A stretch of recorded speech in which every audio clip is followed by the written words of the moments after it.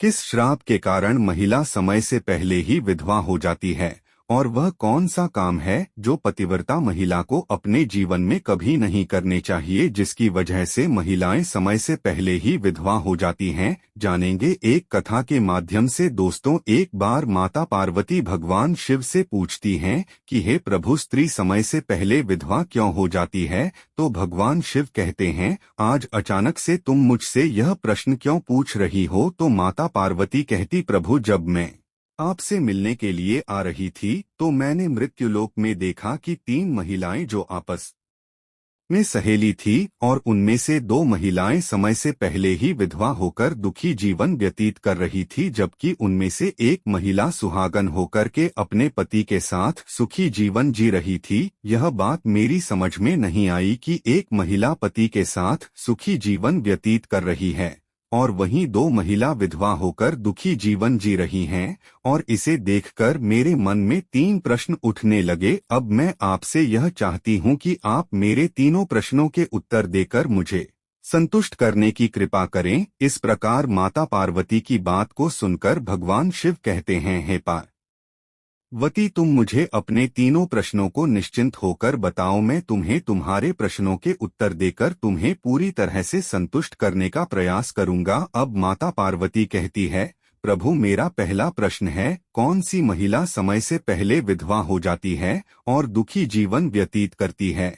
और मेरा दूसरा प्रश्न है, कौन सी महिला को जीवन में कभी सुख शांति नहीं मिलती? और मेरा तीसरा प्रश्न है, वह कौन सी चीज है जो एक पत्नी पत्नी के मांगने पर भी पति को नहीं देती? इस तरह माता पार्वती के तीनों प्रश्नों को सुनकर भगवान शिव कहते, तुम जिन महिलाओं की बात कर रही हो उसमें से 2 महिला समय से पहले ही विधवा होकर अपना दुखी जीवन जी रही हैं, और वहीं पर एक महिला सुहागन होकर अपने पति के साथ सुखी जीवन व्यतीत कर रही है। तुम जानना चाहती हो आखिर ऐसा क्यों है? तो मैं तुम्हें एक छोटी सी कहानी सुनाता हूँ, और इस कहानी को बहुत ही ध्यान से सुनना, क्योंकि आधी अधूरी कहानी सुनने वालों को आधा अधूरा ही ज्ञान प्राप्त होता है जो जीवन में कभी काम नहीं आता। और यदि तुमने ध्यान से सुना तो तुम्हारे तीनों प्रश्नों के उत्तर इसी छोटी सी कहानी को सुनकर तुम्हें मिल जाएंगे और तुम्हें संतुष्टि प्राप्त होगी। फिर माता पार्वती कहती हैं, प्रभु, आप कहानी शुरू करो, मैं कहानी को पूरे मन से सुनूंगी, और जब तक आप कहानी सुनाएंगे तब तक मेरा मन किसी दूसरे स्थान पर नहीं जाएगा, और मैं आज अपने तीनों प्रश्नों का उत्तर जानकर ही रहूंगी। माता पार्वती की यह बात सुनकर भगवान शिव कहते हैं, हे पार्वती, सबसे पहले मैं तुम्हें उस महिला की कहानी सुनाता हूँ जो सुहागन बनकर सुखी जीवन जी रही है।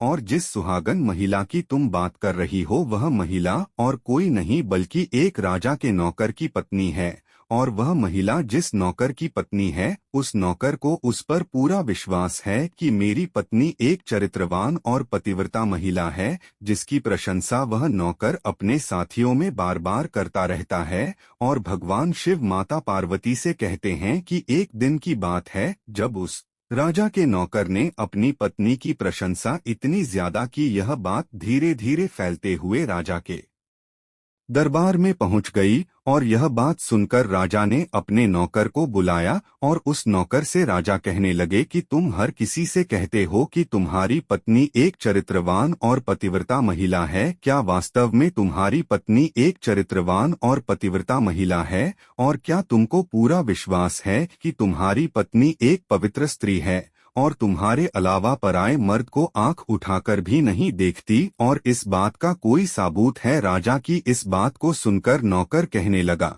महाराज, मुझे अपनी धर्म पत्नी पर पूरा विश्वास है कि वह एक पतिव्रता स्त्री है और मेरे अलावा वह पराये मर्दों को नहीं देखती। नौकर की इस बात को सुनकर राजा का महामंत्री कहने लगा, यदि मैं तेरी पत्नी का पतिव्रता धर्म नष्ट कर दूं तो तुझे क्या सजा मिलनी चाहिए? फिर नौकर ने कहा, यदि तुम मेरी पत्नी का पतिव्रता धर्म नष्ट कर देते हो तो महाराज मुझे फांसी की सजा दे देना। और नौकर ने राजा से कहा, महाराज, यदि यह मेरी पत्नी का पतिव्रता धर्म खंडित नहीं कर पाए तो इनको भी कुछ सजा मिलनी चाहिए। नौकर की यह बात सुनकर राजा ने कहा कि मंत्री को भी फांसी की सजा दी जाएगी। मंत्री ने यह बात स्वीकार कर ली और नौकर से पूछा कि क्या वस्तु लाऊं जिससे तू मान ले कि मैंने तेरी पत्नी का धर्म खंडित कर दिया।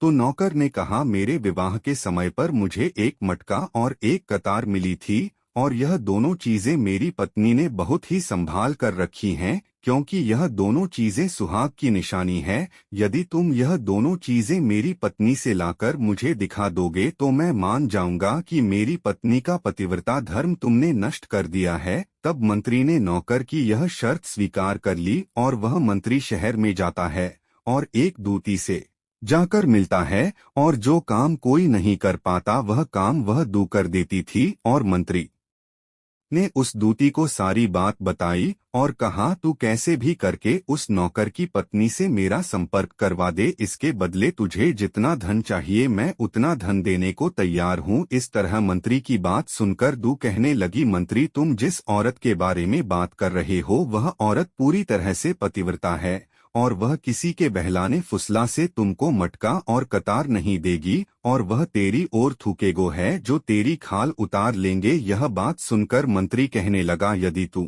मेरा उससे संपर्क नहीं करवा सकती है तो एक काम कर दे, उसके घर जाकर उसका मटका और कतार चुराकर मुझे दे दे, और उसकी पत्नी के गुप्तांग के पास यदि कोई निशानी हो तो वह निशानी मुझे देखकर बता दे, फिर मैं तुझे मुंह मांगा इनाम दूंगा। तुझे जितना धन चाहिए उतना धन मैं दूंगा, बस तू मेरा यह काम कर दे। मंत्री की यह बात सुनकर दूती धन के लालच में आ गई और उसने कहा, ठीक है मैं तुम्हारा काम अवश्य करूंगी, लेकिन मुझे मुंह मांगा धन देना पड़ेगा। मंत्री ने कहा, ठीक है, और फिर दूती नौकर के घर जाती है और नौकर की पत्नी से जाकर बोलती है, बेटी मैं तेरी पति की मौसी हूँ, मैं कई सालों के बाद आई हूँ। फिर उस नौकर की पत्नी ने कहा, इतने सालों बाद आई हैं, इसीलिए मैंने आपको पहले कभी देखा नहीं, इसलिए मैं आपको पहचान नहीं पाई। और इस प्रकार वह दूती उस नौकर के घर में मौसी बनकर घुस गई, और नौकर की पत्नी ने दूती को मौसी समझकर बहुत सम्मान दिया, मगर उसे नहीं पता था कि यह एक दूती है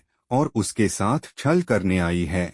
और वह दूती उस पतिव्रता महिला के साथ में 2 दिन तक रुकी, और जिस समय वह महिला स्नान करने लगी तो दूती ने उठकर उस महिला की कमर रगड़ने लगी। उस पतिव्रता स्त्री ने बहुत मना किया, फिर भी वह दूती नहीं मानी और कहने लगी, तुम मुझे अपनी बेटी से भी ज्यादा प्यारी लगती हो तो मना मत करो। काफी दिनों के बाद में मेरी और तुम्हारी मुलाकात पहली बार हुई है। और ऐसा कहकर वह दूती मुख पर हाथ फिराने लगी, फिर आंखों को धुलने के बहाने से उस पतिव्रता स्त्री की आंखों में पानी मार दिया, और उस महिला की आंखें बंद हो गई। और इस तरह गुप्तांग के पास में जांघ पर एक तिल था जो दूती ने देख लिया, और उसका काम बन गया। और जब स्नान करने के बाद में नौकर की पत्नी रसोई में खाना बनाने लगी तो दूती को मटका और कतार चुराने का मौका मिल गया, और उसने मटका और कतार चुरा लिया, और वहां से यह दोनों चीजें चुराकर भाग गई और सीधा जाकर मंत्री के पास पहुंची, और उस मंत्री को मटका और कतार दे दिया, और उस नौकर की पत्नी के जांघ पर तिल की निशानी है यह भी बता दिया। और मंत्री मटका और कतार लेकर सीधा राजा के दरबार में जा पहुंचा, और राजा से कहा, महाराज मैं नौकर की पत्नी के साथ 2 दिन रहकर आया हूं, और यह मटका और कतार उसी ने मुझे दिया है। इस तरह मंत्री की यह बात सुनकर राजा ने दरबार लगाया और नौकर को बुलाया, और मंत्री से सभा में मटका और कतार नौकर को दिखाने के लिए कहा, जो दूती उस नौकर के घर से चुराकर लाई थी और मंत्री को दिया था। फिर राजा के कहने पर मंत्री ने उस नौकर को मटका और कतार दिखाया, और उसकी पत्नी की जांघ पर तिल है यह भी बताया। मंत्री की यह बात सुनकर नौकर मान गया कि वास्तव में आज मेरी पत्नी ने अपना पतिव्रता धर्म पूरी तरह से नष्ट कर लिया है, और नौकर का अपनी पत्नी से विश्वास उठ गया। फिर राजा ने शर्त के मुताबिक नौकर को फांसी की सजा सुनाई, और 15 दिन बाद फांसी देने का आदेश दिया, और कहा कि नौकर को 15 दिन के बाद फांसी पर चढ़ाया जाएगा। और फिर नौकर से उसकी अंतिम इच्छा पूछी गई, और नौकर ने कहा कि मेरी अंतिम इच्छा यह है कि मैं आखिरी बार अपनी पत्नी से मिलना चाहता हूँ। और इस तरह राजा ने नौकर को आज्ञा दी कि तुम अपनी पत्नी से मिल सकते हो। फिर नौकर अपने घर गया और अपनी पत्नी से कहने लगा कि तुमने मेरे साथ बहुत बड़ा विश्वासघात किया, मैंने तुम पर विश्वास करके राजा के सामने मंत्री से ऐसी शर्त लगाई थी और राजा के दरबार में मैंने कहा था कि मेरी पत्नी एक चरित्रवान और पतिव्रता महिला है और उसके पतिव्रता धर्म को कोई नष्ट नहीं कर सकता। यदि कोई नष्ट कर देगा तो मुझे फांसी लगा देना, और तुमने पतिव्रता धर्म नष्ट कर दिया। अब मुझे 15 दिन के बाद में फांसी दे दी जाएगी। तुमने मेरे साथ विश्वासघात किया है। नौकर की यह बात सुनकर उसकी पत्नी ने उसे दूती वाली सारी बात बताई, मगर नौकर को अपनी पत्नी पर विश्वास नहीं हुआ और नौकर राजा के दरबार में पहुंच गया। फिर राजा ने उसे कैद में डलवा दिया। अब नौकर की पतिव्रता पत्नी अपने पति को बचाने के लिए राजा के दरबार में जा पहुंची और राजा से अपने आप को नचनिया बताकर नाच दिखाने की आज्ञा मांगने लगी, और महिला की सुंदरता देखकर राजा ने नाचने की आज्ञा दे दी और सभी मंत्री सभा में उपस्थित होकर इस सुंदर महिला का नाच करवाने की पूरी व्यवस्था करने लगे। और फिर सब मंत्री, महामंत्री, राजा आदि दरबार में उसका नाच देखने के लिए पहुंच गए।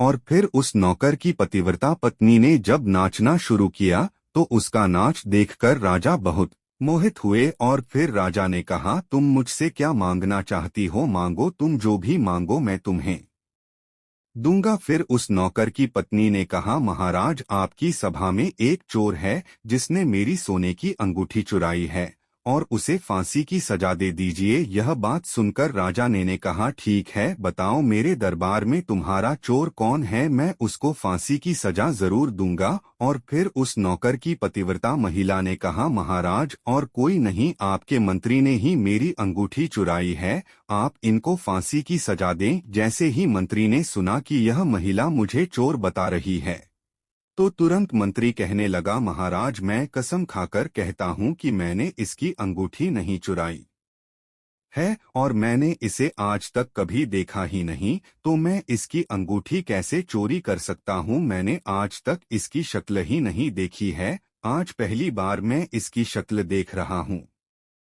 और जैसे ही मंत्री ने कहा कि मैंने इस स्त्री की आज तक शक्ल ही नहीं देखी है, तो वह महिला कहने लगी, महाराज, इस मंत्री ने मुझे पहले कभी देखा ही नहीं, तो आप इससे यह पूछो कि यह मटका और कतार कहाँ से लाया है, और मैं उसी नौकर की पत्नी हूँ जो आपके यहाँ पर नौकरी करता है, और आप मेरे निर्दोष पति को फांसी पर चढ़ाने वाले हैं, इसीलिए मुझे नचनिया बनकर आना पड़ा। और अब मैं आपको इस मंत्री की पूरी सच्चाई सुनाती हूँ। यह जो आपका मंत्री है, इसने मेरे पास में अपनी एक दूती को मेरी मौसी बनाकर भेजा था और उसने धोखे से मेरी जान के तिल का पता लगाया, और उसी दूती ने यह मटका और कतार चुराकर इसको दे दिया, और आपके मंत्री ने इसके बदले उस दूती को बहुत सारा धन दिया है, और मेरे साथ यही छल हुआ है, महाराज, और मैं आज भी पतिव्रता हूँ। महिला की इस बात को सुनकर राजा ने दूती को बुलाया। फिर उस दूती ने राजा के डर से मंत्री की सारी सच्चाई राजा को बता दी, जिससे राजा ने उस नौकर को अपनी कैद से आजाद कर दिया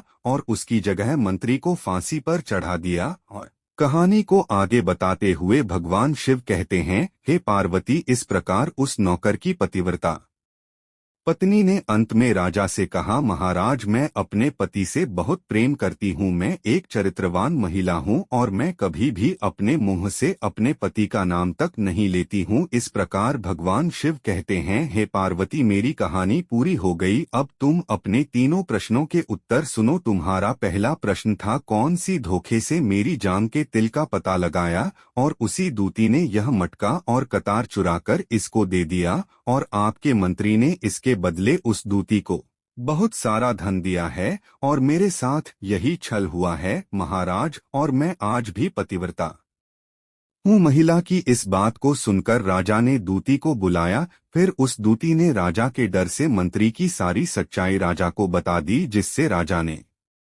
उस नौकर को अपनी कैद से आजाद कर दिया और उसकी जगह मंत्री को फांसी पर चढ़ा दिया। और कहानी को आगे बताते हुए भगवान शिव कहते हैं, हे पार्वती, इस प्रकार उस नौकर की पतिव्रता पत्नी ने अंत में राजा से कहा, महाराज, मैं अपने पति से बहुत प्रेम करती हूँ, मैं एक चरित्रवान महिला हूँ और मैं कभी भी अपने मुंह से अपने पति का नाम तक नहीं लेती हूँ। इस प्रकार भगवान शिव कहते हैं, हे पार्वती, मेरी कहानी पूरी हो गई, अब तुम अपने तीनों प्रश्नों के उत्तर सुनो। तुम्हारा पहला प्रश्न था, कौन सी महिला समय से पहले विधवा हो जाती है? तो जो महिलाएं अपने मुंह से अपने पति का नाम लेती हैं, उनको हमेशा नाम से ही बुलाती हैं, वे महिलाएं समय से पहले ही विधवा हो जाती हैं और बिना पति के दुखी जीवन व्यतीत करती हैं। क्योंकि यदि कोई महिला अपने पति का नाम मुंह से लेती है तो पति की उम्र कम हो जाती है और समय से पहले ही उस महिला के पति की मृत्यु हो जाती है और महिला समय से पहले ही विधवा होकर एक दुखी जीवन जीती है। बस यही कारण है कि तुम जिन 3 सहेलियों की बातें कर रही थी उनमें से 2 विधवा इसी कारण से हुई हैं और उनमें से एक नौकर की पत्नी थी जो पतिव्रता महिला थी। यह महिला कभी भी अपने पति का नाम मुंह से नहीं लेती थी, जिसके कारण वह आज भी सुहागन है और सुखी जीवन व्यतीत कर रही है। और वे दोनों महिलाएं जो समय से पहले विधवा होकर दुखी जीवन जी रही हैं, वह हमेशा अपने पति को नाम लेकर बुलाती रहती थी, जिसके कारण उनके पति की उम्र कम होती चली गई और फिर उन दोनों के पति की मृत्यु समय से पहले ही हो गई और दोनों महिलाएं विधवा हो गई और आज वह दुखी जीवन जी रही हैं। इसलिए किसी भी महिला को अपने पति का नाम अपने मुंह से नहीं लेना चाहिए। और तुम दूसरा प्रश्न था, कौन सी महिला को जीवन में कभी सुख नहीं मिलता है और वह पति के होते हुए भी सदा दुखी जीवन जीती है? तो समझ लो, जो स्त्रियां अपने पति की बिना अनुमति लिए किसी तीर्थ स्थान या उत्सव में जाती हैं, वह कभी सुखी जीवन नहीं जी पाती हैं। ऐसी महिलाएं जीवन भर दुखी ही रहती हैं और उन्हें पति का प्रेम कभी नहीं मिलता। और भगवान शिव माता पार्वती से कहते हैं, तुम्हारा तीसरा प्रश्न था कि ऐसी कौन सी चीज है जो एक पत्नी अपने पति को मांगने से भी नहीं देती है? तो समझ लो, वह चीज गाली है। एक संस्कारी और चरित्रवान महिला कभी भी अपने पति को गाली नहीं देती है और जो महिलाएं अपने पति को गाली देती हैं वह स्त्रियां कभी चरित्रवान नहीं होती और ऐसी स्त्रियां जीवन भर दुखी रहती हैं, उसके जीवन में कभी सुख नहीं आता और समय से पहले ही ऐसी महिला विधवा हो जाती है। और इस प्रकार माता पार्वती कहानी सुनने के बाद में पूरी तरह से अपने तीनों प्रश्नों का उत्तर पाकर संतुष्ट हो जाती हैं और कहती हैं, क्या प्रभु, वास्तव में जो महिला चरित्रवान होती है वह कभी दुखी जीवन नहीं जीती है? तो भगवान शिव कहते हैं, नहीं, क्योंकि ऐसे घर में लक्ष्मी का सदावास होता है और वह घर धन दौलत और खुशियों से हमेशा भरपूर बना रहता है और चरित्रवान महिला हमेशा घर को स्वर्ग बना देती है। मित्रों, अगर आपको यह कहानी अच्छी लगी हो तो कमेंट्स में जय श्री शिव जरूर लिख देना और वीडियो को लाइक करके चैनल को सब्सक्राइब कर देना और बेल आइकन को दबा दें। तो बोलो जय माता पार्वती की।